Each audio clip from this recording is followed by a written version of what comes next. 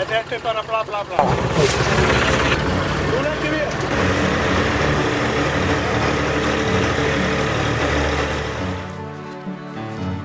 Já, þetta stekkurinn. Þetta stekkurinn? Já.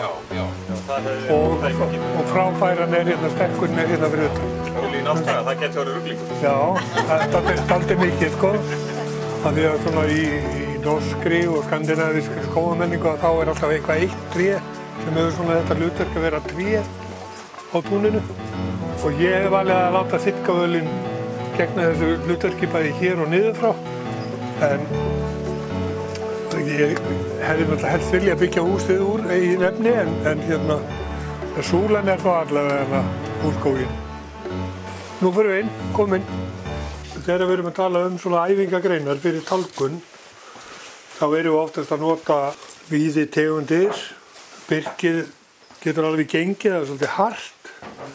Það hafa allir gaman að tálka og sittast aðeins niður og ná þessu sambandi við sjálfan sig og kynna skóginum.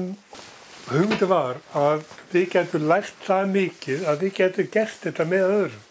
Fyrir mörgum til dæmis af og ömmu og svona geta tekið barnabörnin með upp í bústað. Já, það þarf að tálka. En krakkarnir sækja þetta. Þeir finnst þetta gott. Og þetta er það sem við erum að gera á þessum námskeiðum öllum. Við förum alltaf í gegnum þessa þætti. Hvort það er húsgarðagerð eða eitthvað annað, þá tökum tálkunin alltaf inn. Og nýjustu kenningar ganga út af það að nota vinstri hendina, þá kemur til með að seinka hrörn, sinni eigin hrörn. Vegna þess að vinstri hendin, hún nær samband við hægra heilahvelið sem er sköpunarheili.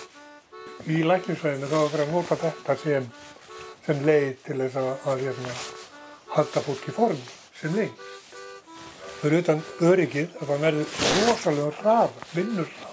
Og þess vegna höldum við á brygginu svona, á milli vísifingurs og þumalfingurs og þá er það bara þessi puttar hérna sem er að ýta. Hnífurinn er hérna alveg fremst í lófanum og þá náum við þessari hreyfingu sem þetta að vera svona í svona hálfgerðum lið.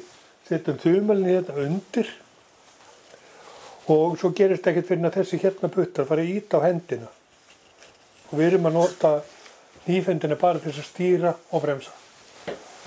Ég veit eitthvað finnst þið vera fötluð en það líður hjá, sko. Og við höldum að það sé svo mikil hætt á því að það fer í okkur. En að því að önnur er ýta og hinn er stýrabremsa, þá er eiginlega engin hætt á því.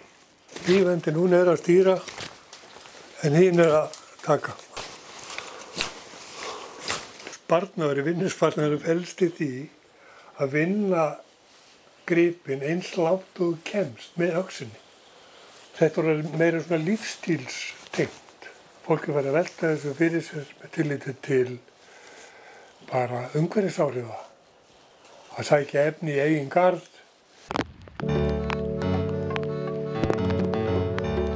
Og svo fer maður að lesa í hvar væri gott að byrja. Og yfirleitt mælir maður með því að kljúfa í gegnum kjarnan. Þannig að við fáum 2 jafna hluta. Ekki svona, það sé meira svona frá.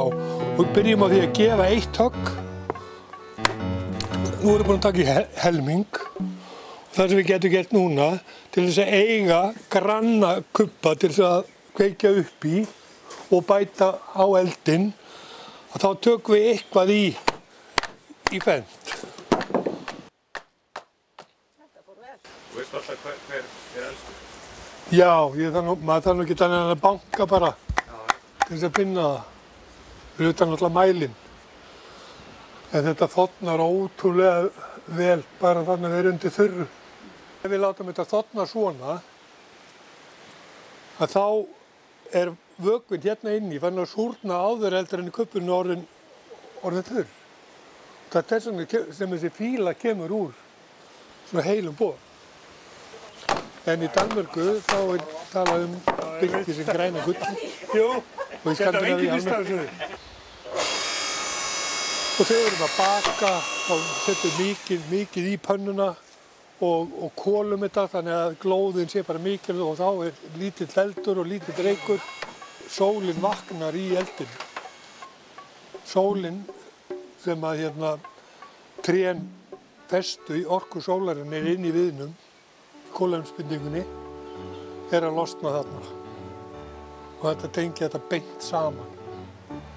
Sem það hvernig tréð nýtir sólarorkuna og bindur það hérna og svo erum við að losa það út og við losum kolefni en trén sjá okkur líka súrefni í staðinn.